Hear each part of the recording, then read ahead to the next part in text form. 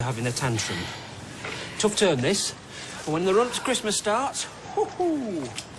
Hiya. Are you moving in? Yeah? Didn't you used to live here for a bit with Ches? Yeah, it feels like a lifetime ago. You look beautiful, don't you? The very definition of blooming. Thank you.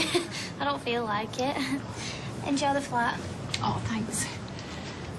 The bed's made up. She'll be home tonight. I would caution the wheels of justice turn exceedingly slowly. We'll have a nice bottle of wine and have a little celebration tonight, because that man is no longer around to terrorise my daughter.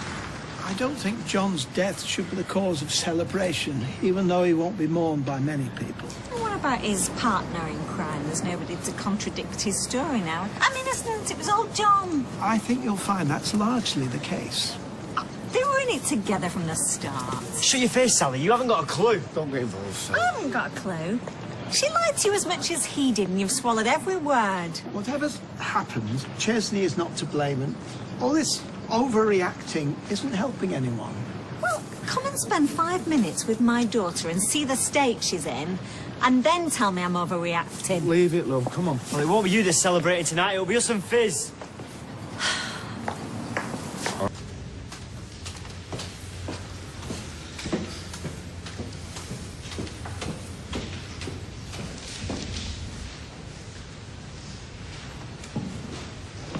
All rise.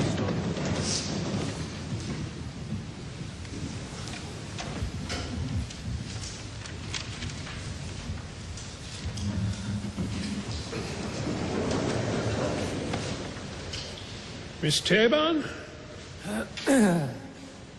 My lord. Fiona Stape is not a murderer.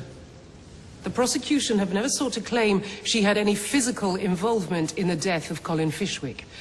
She is, at worst, a woman who unwittingly at first and later with great reluctance became entangled in a web of lies woven by her manipulative husband. Her great crime was to have loved this man, to have been in his thrall. She is also a loving, caring mother with a baby born prematurely, a baby who will inevitably be left without parents should Fiona Stape be sent to prison. Miss Taborn, your client's been found guilty of murder. This brings with it a mandatory sentence. I am, of course, aware of that, my lord, which brings me on to developments since the guilty verdict. Last night, John Stape made a full and frank confession to the police, before, sadly, dying of injuries sustained in a road accident. My lord, the police have already collected evidence related to the Charlotte Hoyle murder, which proves the veracity of John Stape's confession. This is neither the time nor the place to consider any new or untested evidence, no matter how important you may want to believe it is. Of course it's important. Didn't you hear what she said? The defendant will remain silent.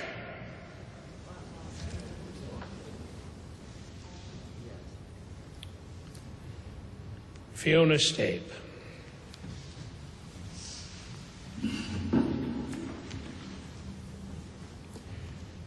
You have been found guilty of the murder of Colin Michael Fishwick.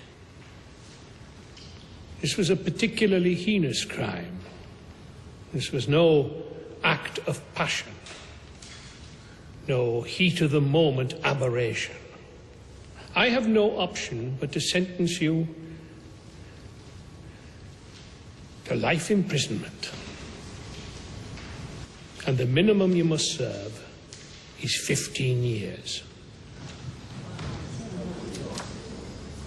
No, you can't do this. Steve's confessed. She's told you she's innocent. Quiet. You can't do this to her. Please sit down. He has a right to be upset. And I have a right to order in my courtroom. But I've already told you that she's innocent. Take her down, please. No. Come on, love.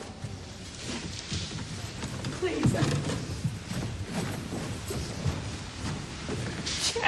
Please, don't worry. I'll sort it, I promise.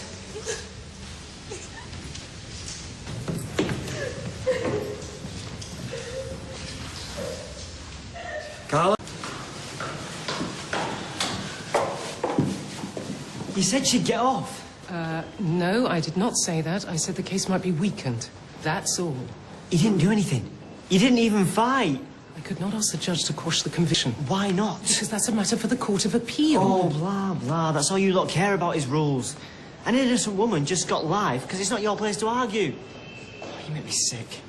I did my best. I'm sorry.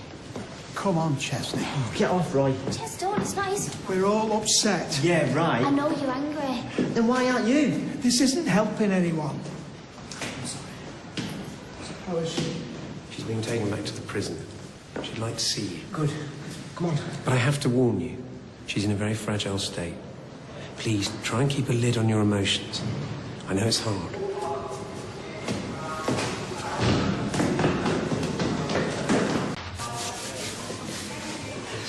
So very sorry.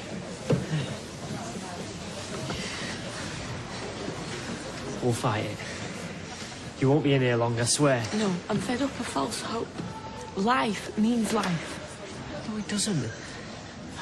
Why are you being like this? Because, deep down, I always thought that John had come to the rescue. That when push came to shove, he would come back and tell him the truth. Well, he did. And it still didn't save me. So as far as I'm concerned now, this is the end of the line. No, it isn't. Don't say that. Now, Roy, you should take Katy home because all this stress is not good for her and the baby. Yeah, come on. Perhaps we should be leaving. Chet,